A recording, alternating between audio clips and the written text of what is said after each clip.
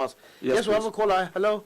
Your name and location, Good please. morning. Yes, good morning. Special advice, Honorable. Yes, My name is Ajuri. I come from the of the Imo State. go ahead, please. I want to commend the Buhari-led APC government for our unprecedented efforts so far in giving Nigerians good governance since coming on board, especially her cardinal objectives of fighting against corruption, insecurity, and most importantly, diversification programs, especially in agriculture and other non-oil sectors, and encourage him to do more by investing mostly in agricultural mechanization to ensure that Nigeria produces agricultural products in abundance for domestic and export purposes that will eventually grow our already battered economy in the post-COVID period. I equally want the Buhari administration to intensify efforts in the fight against corruption, which has been most holistic to ensure that all retained Nigerian funds are recovered back and plumped into the economy to ensure her overall growth. All right, thank you. And this COVID-19 period, and ensure that these goods are produced very, very well, together with the power sector, and that has been encouraged to actually attract investors to come put those in diaspora and at home to invest massively to ensure the production of higher or more, greater agricultural. All right, Chief Jude, you need to round off now. All right, thank you. Massive employment for the teeming unemployed Nigerians. All right. Government is not a good manager of business. Thank you very much. Thank you very much, Chief Jude Ugwaja. Before you respond, let's just take a few messages from our social media platform. We have from Mustafa here in Abuja. He says, good morning. What are the modalities designed for the installation of solar power for the households who are not connected to the national grid under the ESP? And when is the implementation Siemens agreement deal going to commence? Temi from Abuja says, I would like to commend this administration on the development of the Economic Sustainability Plan. I would also like to ask, how soon will the implementation start and how well will the public be carried along? Then Olajide from Lagos says, hello, good morning. The guest has been one of the shining light of this administration. His updates on the happenings and government plans is always applaudable. May all these plans come into reality. Nigeria will prevail. Amen to that. Nicholas Additional from Abuja says, good morning, Mr. Ajuri.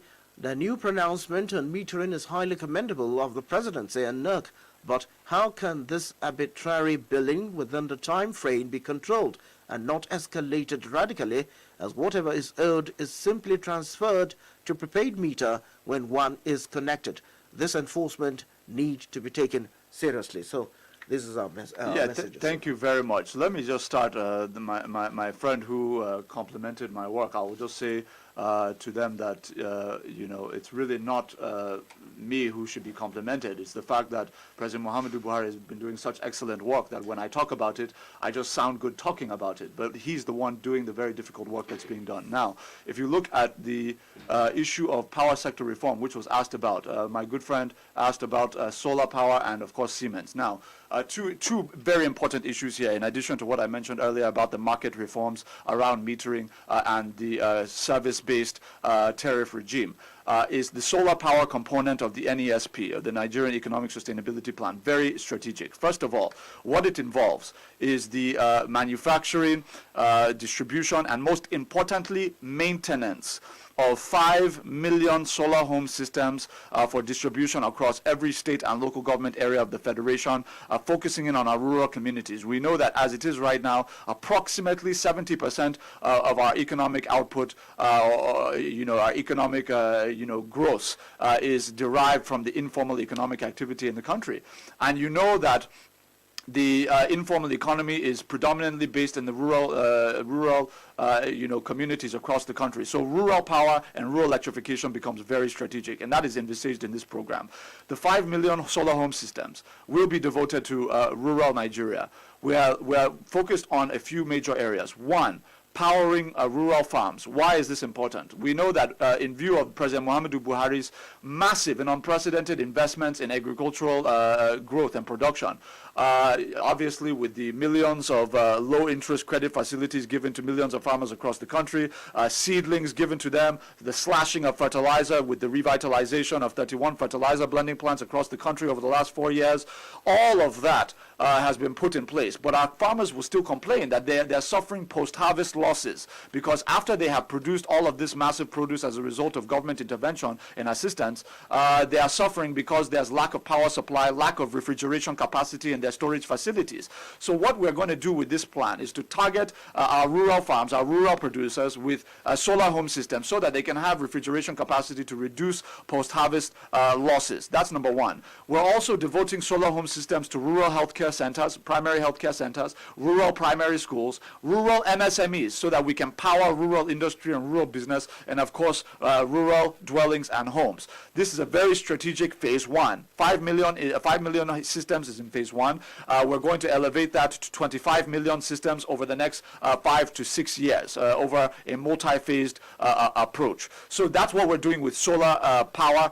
We're going to use, again, Nigerian companies who are going to be employing Nigerians, who are going to be using Nigerian raw materials with the production of all of those solar home systems. And unlike before, where in Nigeria, we have always had problems with maintenance culture.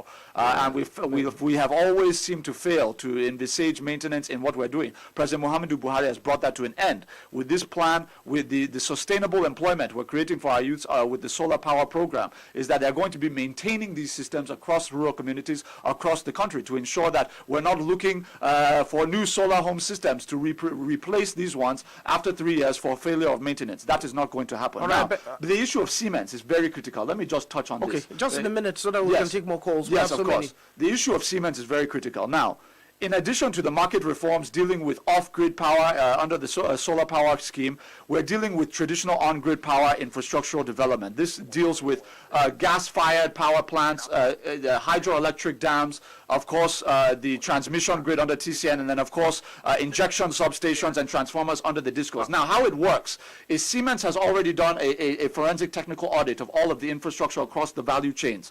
And what they have done is essentially based on that, they know what needs to be upgraded, what new construction needs to be done, etc. So they have given us a very clear roadmap of what is required, and now the funding has been secured through the German Export Credit Agency to the tune of 80% of the project total. 20% counterpart fund is being paid from the Federation account directly to Germany, so there's no chance of diversion, no chance of corruption. The president has set up the financial mechanisms in such a way that diversion is impossible. And then the last point is that in terms of the deliverables, what our people should expect is that phase one deals with distribution. So what we're doing is we're putting in place the refurbishment and renovation, if you will, of 105 existing injection substations across all the distribution company domains across the country. We are also constructing 70 new injections, so going to build 35 new mega transformers across the country, in addition to approximately 3,700 or so distribution transformers all across this country as well, indeed. And then the last point is we're also putting in place 5,109 kilometers of new distribution power lines to connect the country where there is disconnection or where there's need to replace the connections. Okay. All of that is going to lead to a situation where we would have gotten distribution in this country to 7,000 megawatts by the first quarter of 2022 as the completion of phase one, which is worth 2.2 billion euros. We are on course. Everything is in place. The president has released the funds. FEC has approved the release, and we're in the pre-engineering stage now. I beg your pardon, Mr. Ngelale. If we continue, we won't finish. Let's just take more calls now. Hello, tell us who you are and where you're calling from. Thank you very much. Yes, please. Good morning to all of you there. My name is Comrade Marcel Emechi. I'm calling from Wabinimbo. It's in Enugu State. Okay. I must appreciate the agent there. I think he's just one of those Nigerians who need to be on board to begin to enlighten the general public what government is doing.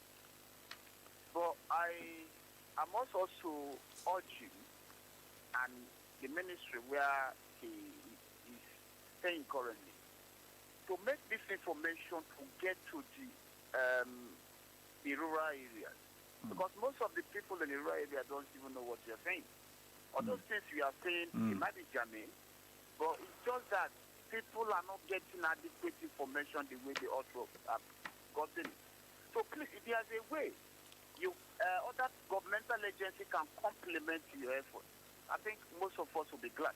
But having said that, I would also like to say, now we talked about what government is doing in power reform and all.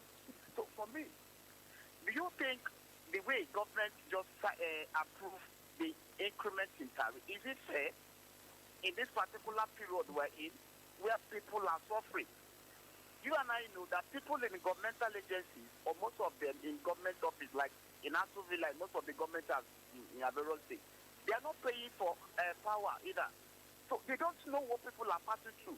So increment of that power tariff currently, for me, is not welcome by most Nigerians. All right. No matter how All right, the Marcel. government Yes. in one sector, Marcel, round off. Just make it short. Yeah, thank you very much. increment now is not necessary. Thank you. Thank you very much. I do know that Radio in- Nigeria in- pays power bills. Yes, well, let me start by correcting the impression that government agencies are not paying their power bills. That was a historical issue under previous administrations where obviously there was a lot of fiscal irresponsibility. We have worked very hard to make sure that the bills owed by government agencies under previous administrations, that those bills have been updated and paid. That's number one, and we continue to pay as government our bills. That's number two. Credibility is very important, and government this administration more than any other understands that. Now, the issue of a tariff increase, I believe anybody listening from the beginning of this conversation would have heard me clearly state that the tariff increase does not impact anybody who is not experiencing more than less than 12 hours of light in a day. Approximately 50% or so of the population will not see anything like tariff increase. In fact, it is the opposite of what you have said, my brother. The president was adamant that the most vulnerable and poor Nigerians in this country must be the ones protected from anything that even appears like tariff increase. Why? Because the fact of the matter is that the poor masses in this country have suffered under the hands of those who have been giving out estimated bills. And that is why under this regulation, the tariff is tied to the provision of service. So if I need to make this point I beg your on the pardon. issue of estimated billing, it is capped. Unlike before, where they can charge anything, we have now said distribution companies, you cannot do so. Those who are metered. So, for example, if I'm living in any area, in any satellite town in this country, and there are some in the satellite town who are metered, they have a meter, they have a bill that they receive based on their what they're consuming, what they're metered. That bill is going to now be the benchmark for what those without meters will pay in that area. Unlike before, where they will be charged anyhow, as the disco see fit. Now it is capped based on the provision of power within that area, so our people, the poor masses, will not be cheated. That's number one. And then number two, of course, the tariff increase will only impact those who are receiving more than 12 hours of power supply in a day, which tend to be industries and mega consumers of the power. So that needs to be clearly understood. All right, let's take one more call. I think we can take one or two more, and that will be all. Hello? Hello. Yes, good morning. It's Adauno calling from Jos. Good morning to Mr. Ajuri. I always admire his skill of poetry. Having said that, please, I want to know something. There's something bothering me. This 734,000 jobs. Yeah. I don't know what the government of the day wants to achieve by employing people temporarily for only 3 months on 20,000 naira a month, which is even below the stipulated 30,000 naira minimum wage. After that 3 months, they will be out of job again. And yet, you'll be saying you have provided jobs for 724,000 people. In my opinion, it would have been more beneficial if the money is used to establish industries and involve PPP, which will in turn provide permanent jobs for the teeming unemployed youth. All right, I don't know. Humanitarian intervention, please, I want to ask one question. This humanitarian intervention that is going on, what criteria is used? What I'm asking this is that I saw the Cross River State governor, then they were lamenting on television that the people of Bakassi, those Nigerians who were refugees in Bakassi or when the Cameroon were, and then they are now in Nigeria, they've been in the coast for almost more than 2 years. And he was, he built some houses for them, and was handing over the keys to them that day. And he was lamented that the federal government has not really done much for those people. So I don't know the criteria used, because those people are the first people that All right, thank you. having this humanitarian intervention. Thank you, I don't know. Thank you. About Nigeria. Right. We shall get it right sometime. Amen, amen to that. Thank you. Now, All right. Mr. Ngelale, as Yes. you give the reaction to this, you can also give us your final statements on the program because we're running out of time. Thank you very much. So let me just say that before my sister called in, somebody mentioned the issue of what ministry I'm working in. I want to be very clear. I'm not working in a ministry. I serve as the Senior Special Assistant to President Muhammadu Buhari on Public Affairs in the Office of His Excellency the Vice President. That's number one. Number two, the issue of communication at the base of society. Somebody mentioned the need for us to communicate to our rural communities that may not have access to this information. It's very critical that the National Orientation Agency, NOA, that has the footprint across local government areas in this country with lingual diversity, where they can reach people in their local languages, that we're making maximal use of that institution to communicate government policy. That is going to be very critical in the years ahead. Let me also say to my sister Ada, let me just first of all say God bless you. I'm always happy to hear your voice. You've called in on several programs where I'm participating. I'm very thankful that you have taken the time to contribute this morning. Your point on the Special Public Works Program is noted. Let me just say to you on that the Special Public Works Program, indeed you're correct, it is a temporary assignment. But we are not creating jobs for the sake of creating jobs. With the work that these young people will be doing across the country in every local government are very strategic. First of all, they are going to be reconstructing roads that link very strategic farms to strategic markets. They're going to be rebuilding internal rural roads that are going to be linking strategic industries to strategic ports. These are very important to the economy. So it's not just about the jobs, it's about what they're actually providing to the national development blueprint. That's number one. Number two, the reason why we are what they stand to benefit, aside from the immediate stipend and the 3 months vocation